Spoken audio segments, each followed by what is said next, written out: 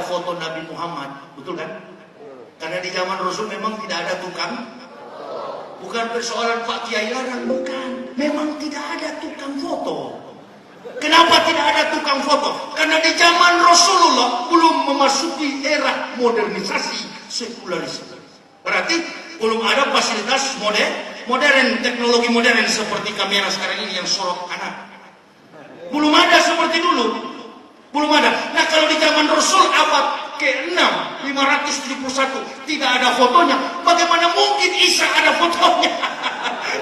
Astagfirullahaladzim. Udahlah, pulang kembali, menyerah sajalah. Repot. Pak Kiai kita almarhum Gus Dur bilang gitu kok repot. Gampang kan? Tapi untuk masuknya memang susah. Kalau nggak dapat petunjuk mahal itu. Saya sudah masuk, sudah tenang jiwa saya. Nabi Muhammad tidak ada fotonya. Bukan persoalan orang Islam dilarang oleh kiai, bukan najis atau haram, tidak. Memang tidak ada yang bisa dilukiskan, tidak ada yang bisa direkayasa. Itu abad ke-6, apalagi Nabi yang 576 tahun, bagaimana mungkin zamannya itu ada tukang foto? Lalu secara antropomorfistis, antropos itu manusia, pisem itu bentuk fisik manusia. Kalau ada orang mata besar, rambutnya keriting, lalu datang kepada Bapak dan mengaku saya orang Cina, saya percaya Bapak Ibu saudara-saudaraku tidak akan menerima itu. Bukan, Anda bukan orang Cina, orang Afrika, kan begitu.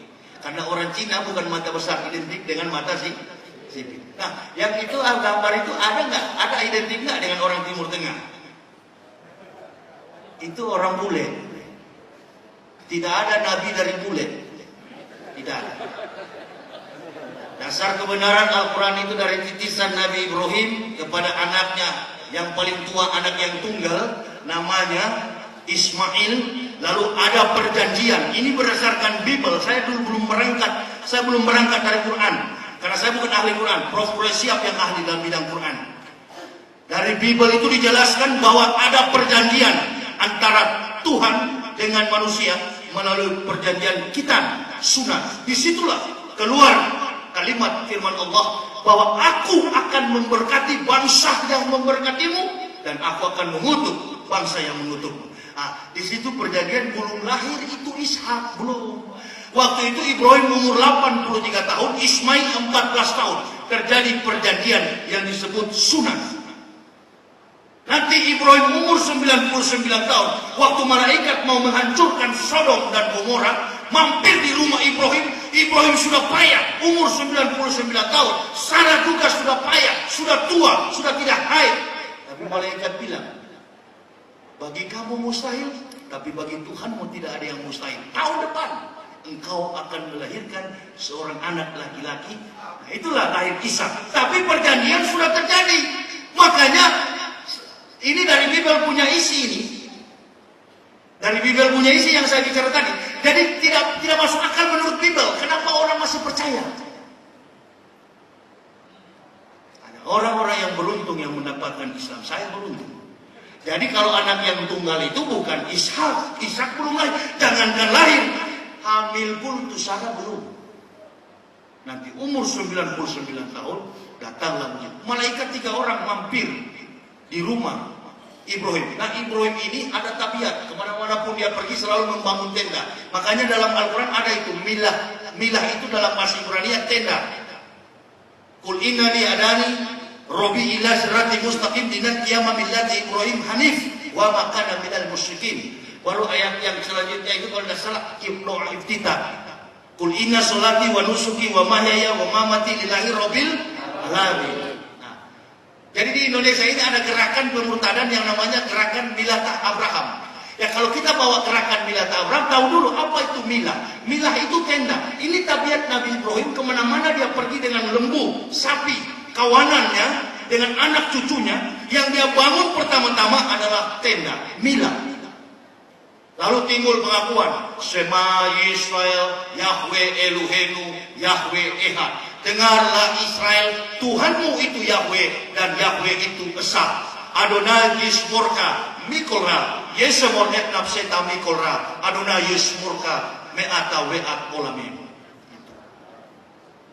Dengarlah Israel, Tuhanmu itu Yahweh dan Yahweh itu Ehad. Yahweh itu maksud dulu itu adalah Allah Subhanahu wa Ta'ala, Sang Pencipta. Itu kan bahasa Yahudi. Nah, orang Yahudi itu bukan agama Kristen mereka. Mereka menentang waktu Paulus membawa Kristen. Mereka menentang. Dasar kebenarannya itu 1 Korintus 9 ayat 1 sampai 3. Kita terkadang ini kan ada memang banyak mualaf, tapi mereka membandingkan antara Quran dan Bible. Saya tidak pernah begitu. Saya cungkil dari dasar fondasinya. Kalau kita bawa Al-Quran, kita bandingkan dengan Bible, Al-Quran dibandingkan, Bible dibandingkan, Allahu Akbar, sama-sama kuat.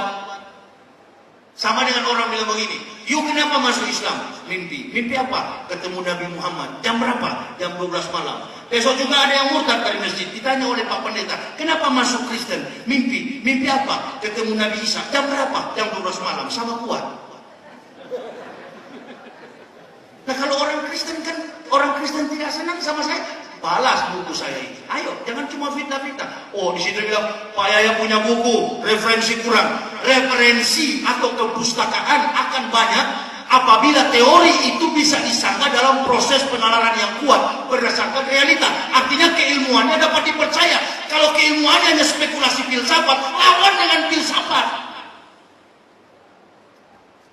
Oh, saya bukan orang bodoh, saya seorang dokter yang masuk Islam. Makanya saya bilang, jangan cuma berkotek di apa itu, media apa, internet. Saya tidak jago soal internet, anak saya yang jago.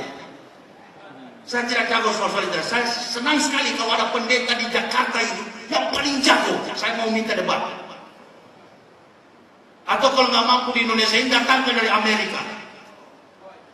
Di apa sana, Istora Senayan Jakarta. Kita orang Islam ini memang tidak punya harta apa-apa di dunia, ya Allah. Tetapi kita punya ilmu. Amin ya Rabbal Alamin. Ilmu itu yang akan membawa orang sampai kepada surga. Ini kita pegang baik-baik. Biar miskin kita di dunia tidak punya apa-apa. Jangan sampai kita tenggelam oleh arus dunia ini, lalu semua yang ada pada kita, iman dan takwa itu lenyap. Pegang itu baik-baik. Karena itulah merupakan pegangan hidup kita. Dunia dan segala isinya ini hanyalah sarana menuju surga. Infakkan anak-anak yatim, bantulah para mu'alaf, bantulah fakir-fakir miskin. Kalau dalam ayat itu di kesempatan di bulan Ramadan ini, ar-ra'aital ladzi yukasibu bid-din, fadzalikal ladzi yad'u yatim wa la yahudu ala tu'amil miskin. Fawailul lil musallin alladzina hum an salatihim sahun alladzina hum yura'un wa yamna'una al-maun. Ayat itu nada handphone, nada panggil saya, makanya saya hafal. Orang Kristen bilang dia jago bahasa Arab. Allahu Akbar. Masih kuat IQ saya. Makanya saya bilang, kalau ada orang yang gak senang, pemerintah gak senang lalu penjarakan saya, 1-2 tahun 30 juz saya hafal Al-Quran. Insyaallah. Saya serius masuk Islam. Saya tidak ada mondar-mandir. Saya keras dulu menentang Kristen. Menentang Islam saya paling keras di front terdepan. Sekarang saya masuk Islam karena kebenaran. Jangan ada orang, saya tidak perlu pendamping kiri kanan. Umat Islam juga jangan bela. Cukup doa. Ya Allah, ya Rabbi, mudah-mudahan Pak Yahya sekeluarga Engkau berikan nikmat-Mu hingga istiqomah di jalan-Mu. Bimbinglah dia ya Allah, limpahkanlah berkah-Mu. Ketuk pintu hati pengurus masjid, kasih amplop yang banyak. Amin. Allahu Akbar. Mudah. Ya kalau begitu bantu, tapi kalau bersama-sama untuk berdakwah, dakwah tidak butuh personil. Dakwah butuh profesionalitas seseorang. Nah, kalau personil itu nanti kalau Islam sudah diganggu, baru diminta pemuda-pemuda Islam berangkat, insya Allah anak maju paling depan.